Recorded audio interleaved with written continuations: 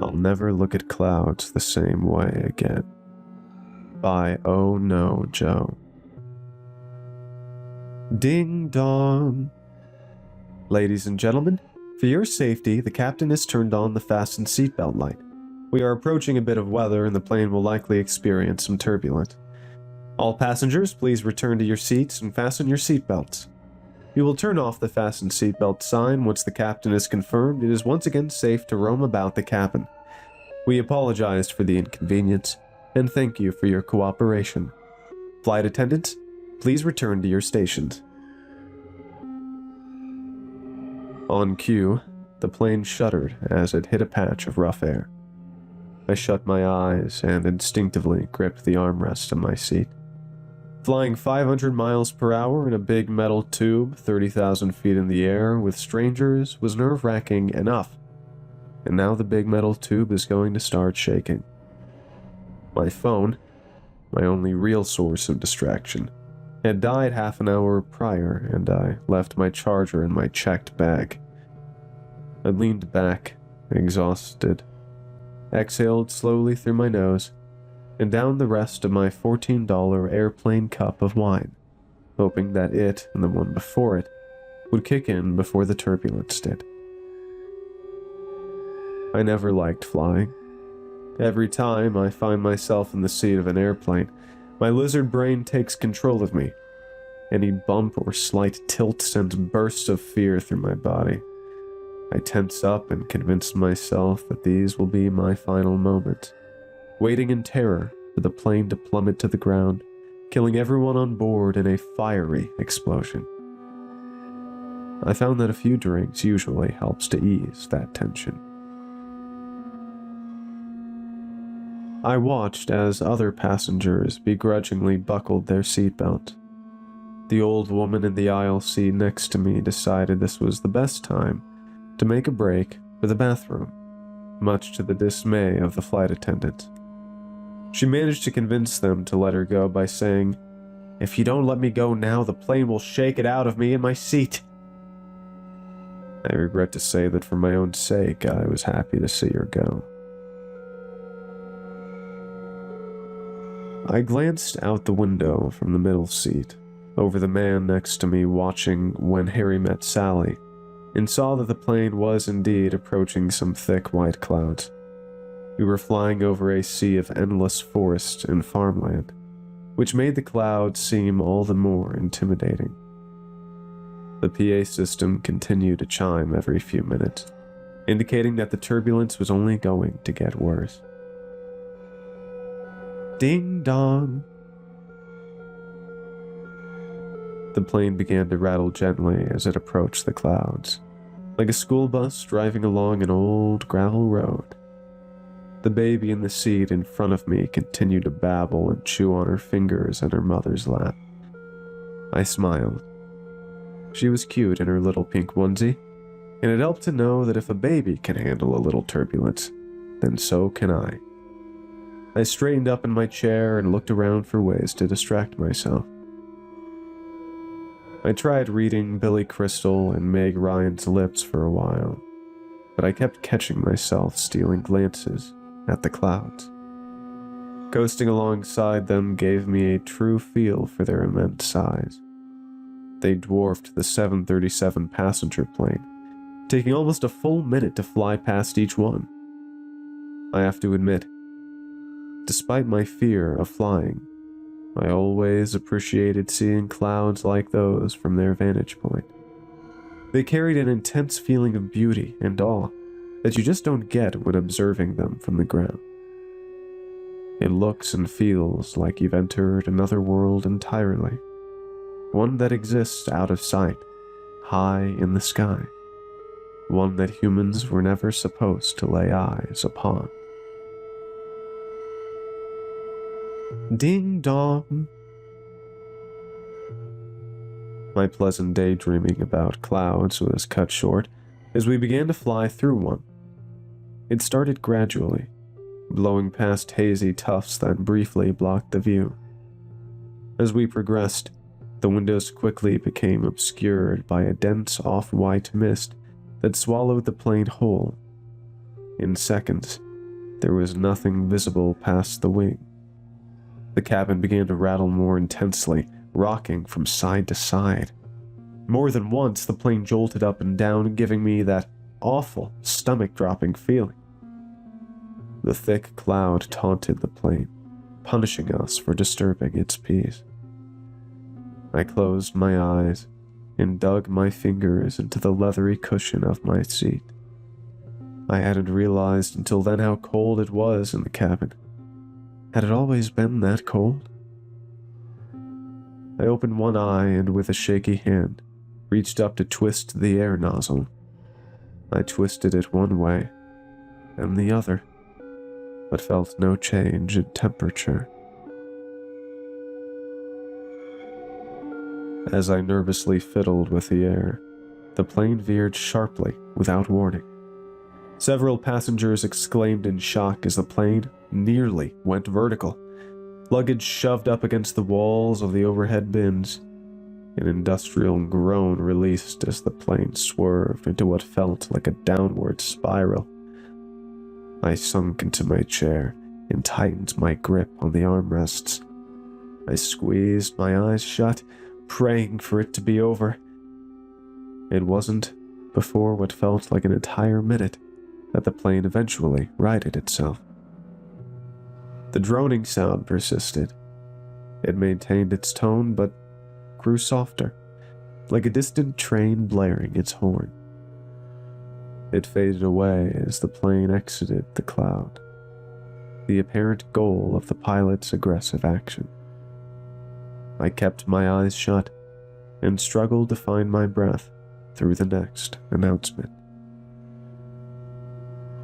Ding dong. Once again, ladies and gentlemen, for the safety of yourself and other passengers, we do ask that you remain seated while we get through this bit of weather here. Apologies in advance for any other evasive maneuvers.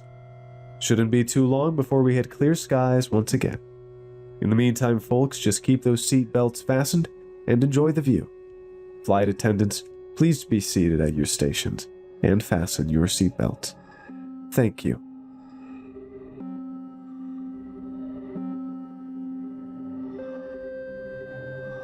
Evasive maneuvers? Anxious thoughts raced through my head as I caught my breath. Eventually, I did manage to settle down and open my eyes, catching the man next to me awkwardly shift his gaze away from me. I noticed the other passengers pointing and gawking out their windows. The baby's mother held her up to the window so she could see. Naturally, I joined in and looked out my row's window. It was unlike anything I had ever witnessed before. There were many, many more clouds. Different clouds. They were enormous, over triple the size of the cloud we had just flown out of. They were far away from the plane, but their sheer size made them feel so close. It's honestly difficult to truly recall how massive they were. From my view in the middle seat, they appeared to stretch for miles ahead, as well as down underneath the plane and high into the sky. Beams of sunlight cut through thin cracks in the white walls, casting ominous shadows and creating deep, unexplorable caverns.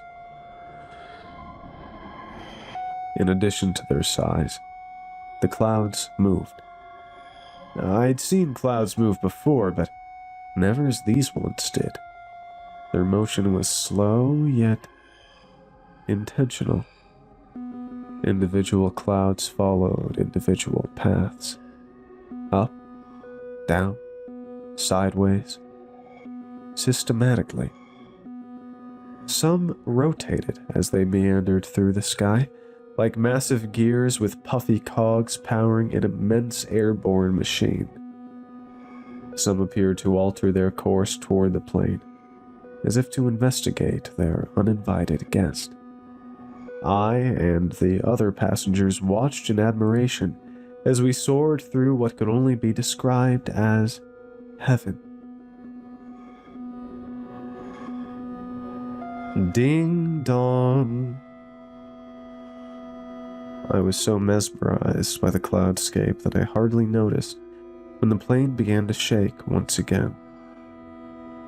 It was the misty gray tufts that brought me back to reality. We were beginning to fly through another cloud. It looked like a thundercloud, though it never manifested like the first one did. Instead, small wisps of fog flew past the windows like a flock of ghostly gray birds.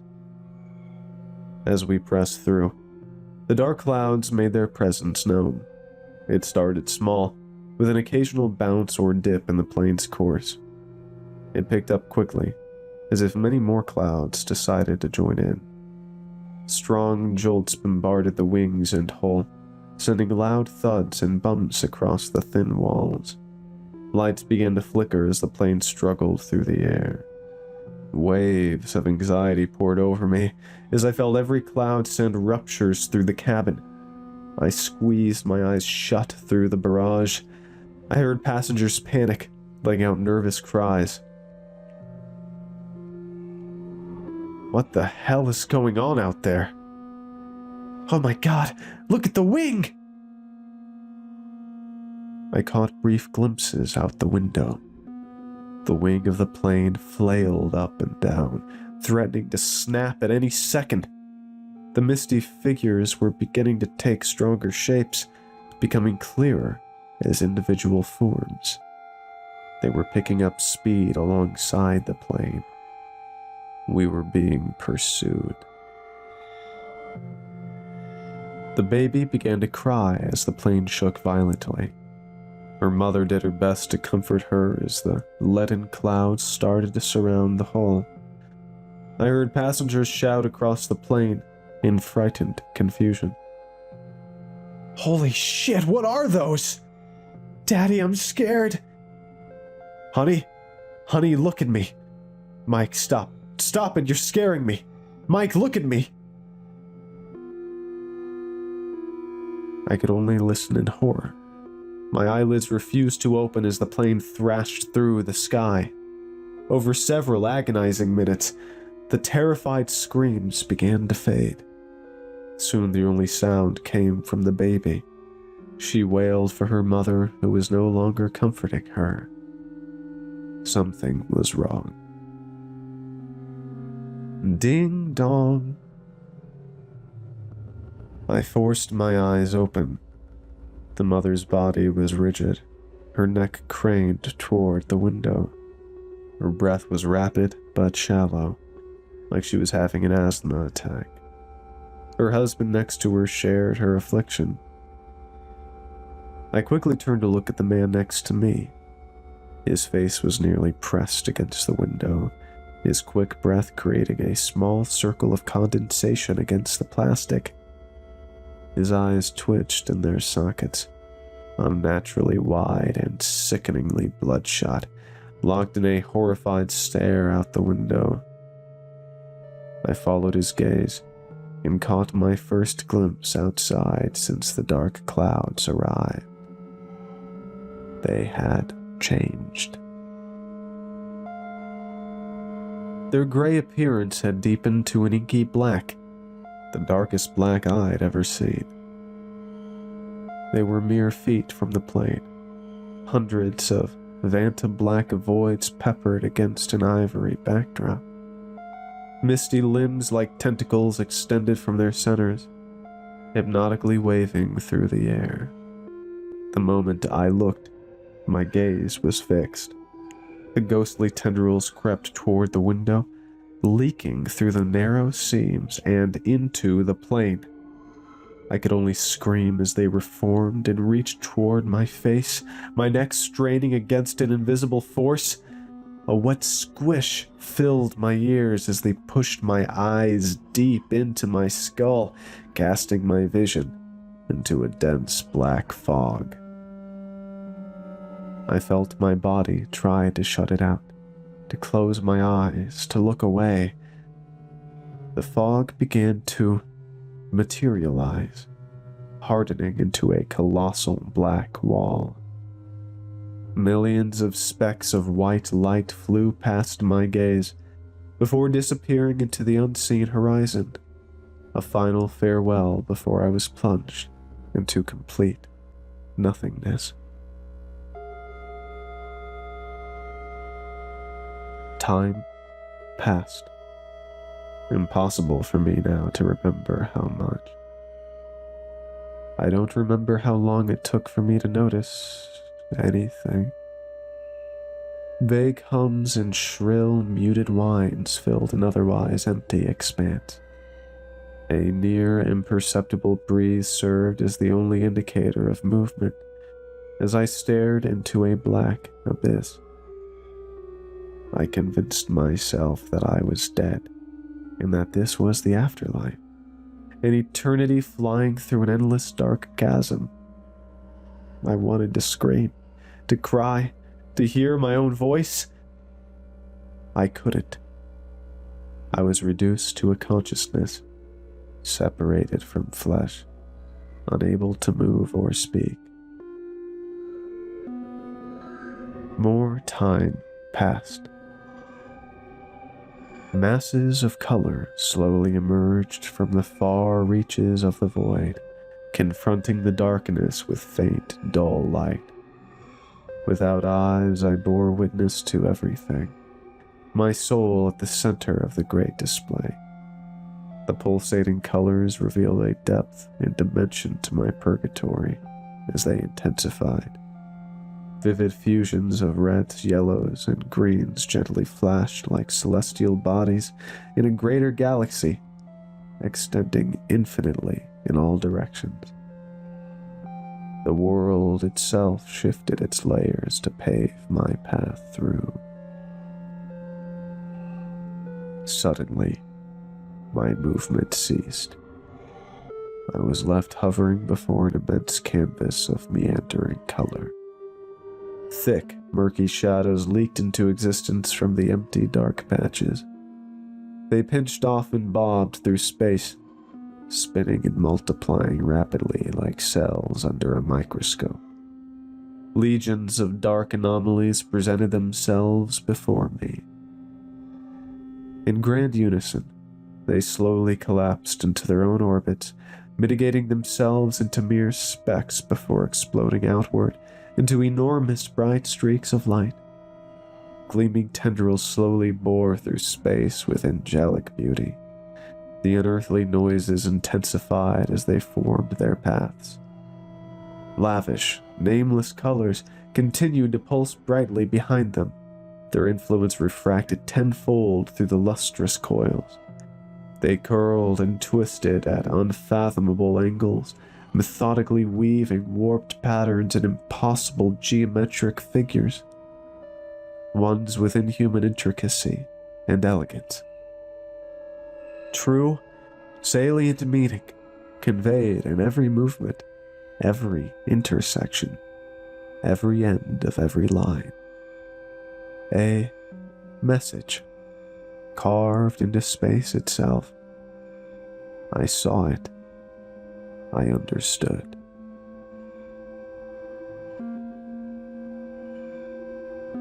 In an instant, the images were ripped from my mind as the misty limbs retracted out of my eye sockets. I was hurled back into consciousness on the plane, my eyes on fire as a familiar drone filled the air. The black voids darted away, as if spooked by the returning sound of the train horn. It rang much louder than before, much closer. The other passengers slumped in their seats. Their bloodshot eyes remained wide and unblinking. I had little time to process. A jarring crash struck the plane from below. My head nearly bashed into the seat in front of me. Mechanical blasts permeated through the cabin walls, growing louder, becoming many train horns blaring in unison, like a choir of synthetic singers, all performing unique songs in conflicting tones. A cold wave of fear shot down my spine as the plane began to angle backwards. I was forced down into my seat as it accelerated. We were flying higher into the air. With splintering cracks, the windows began to shatter. Pressurized air poured out of the plane. My ears popped. Suitcases flew out of their overhead bins, crashing down onto the floor and unresponsive passengers. The powerful sound resonated from all angles, filling my head and vibrating through my bones. White fog began to pour through the windows, shrouding the cabin in thick plumes. I watched the slumped body of the man next to me disappear from view as he was consumed. The fog quickly enveloped me like a wet blanket, filling my mouth as I screamed. It entered my lungs. My breath cut short, my vision blurred. The otherworldly bellowing reached its resounding peak. The last thing I remembered before I passed out was a final announcement from the PA system. The voice was not the pilot's nor the flight attendant's. It was faint and monotone, though it pierced through the havoc. Millions of strained whispers vocalizing in unison. Long tones filled every empty space in my body. Every word burrowed deep into my mind. Ding dong. Humans, please do not be afraid. We above have agreed to grant your vessel passage through this realm and protection from its vile inhabitants. Please allow what you perceive as water vapor into your flesh and mind. You will be brought above. You will not be harmed.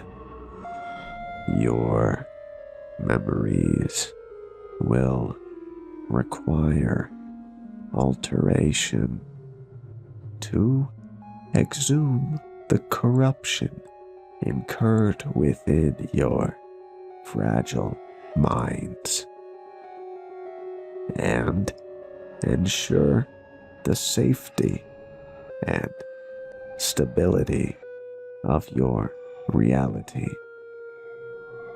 We above command your involuntary cooperation. Please do not return to this realm again. The plane touched down on the tarmac with a jolt. I sprang awake, crying out and gasping loudly. My eyes darted around the cabin, but all I saw were annoyed and confused faces staring back at me. The plane was in typical condition, carrying on bags stowed away, passengers healthy in their seats. Nothing was out of place. I sat forward in my seat, struggling to find my breath, the harrowing events of the flight still at the front of my mind. I could hear the intense droning in the back of my skull. The powerful symbols flashed through my brain. A sudden hand on my shoulder made me jump. "Hey, buddy, you all right?" asked the man in the window seat. I turned quickly to look at him, startling him. I stared into his eyes. They looked entirely normal, albeit a little tired. He had dark bags under his eyelid, as though he hadn't slept well in a while.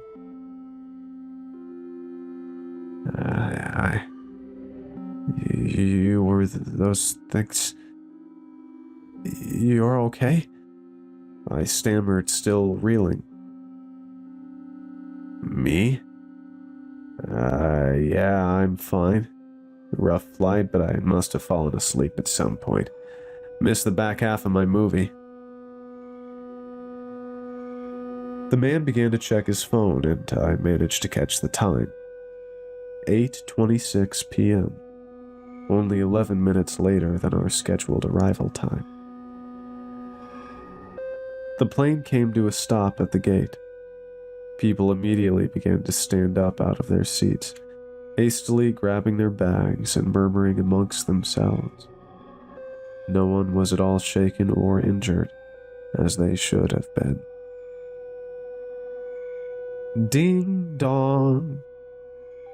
Alrighty, folks, the plane has come to a complete stop and we'll be opening the doors to let you all out shortly. Once again, we apologize for that short delay and thank you all for your cooperation.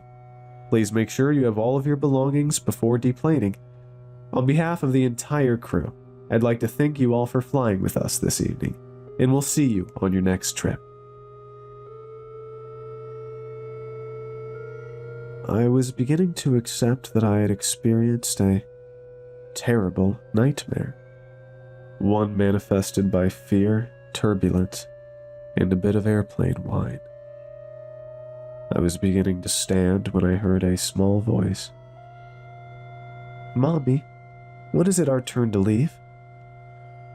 "Very soon, sweetie, very soon." My face fell in shock. I turned sharply toward the window seat in front of me. Looking back at me was a little girl, aged about 3, sitting in her mother's lap, wearing a pink onesie. It looked to be several sizes too small. My eyes widened in shock. I was about to question her and her mother, when a shrill scream erupted from the rear of the cabin. It was followed by a cluttered thud as something fell to the cabin floor. I was close enough to look behind and see before passengers began their panicked rush out of the plane. Lying outside the bathroom door was the decaying corpse of an old woman. Her stringy black hair fell into her slacked open jaw. Her shriveled eyes were shrunken unnaturally deep into her skull. It was the corpse of a woman who had long been trapped in that bathroom. News stories after the flight covered the, quote, elderly woman found dead in an airplane bathroom, unquote. But that was the extent. They left out the fact that she looked to have been rotting for months.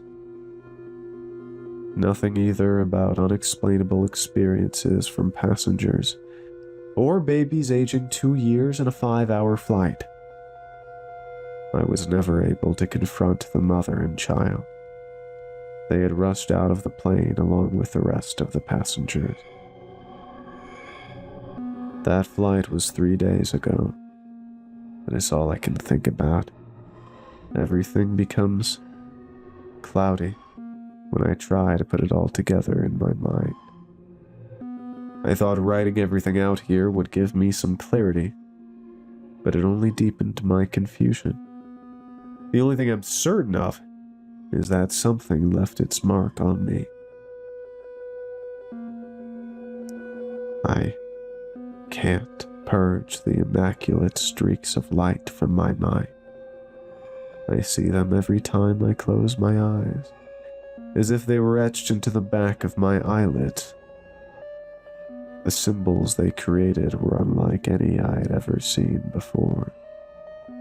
They weren't like any letter or number. They were too precise, had too much depth, carried too much weight. They made perfect sense when I saw them in my fugue state, but they've become an enigma ever since. A vast mural of indescribable shapes and lines. There's a message in that madness. A message that holds a truth. A message that someone wanted to show us. And that someone else wanted to keep hidden. Written in a language that we aren't ready to understand. No one else remembers, but I do. I'm going to find it. I have to find it. I need to remember.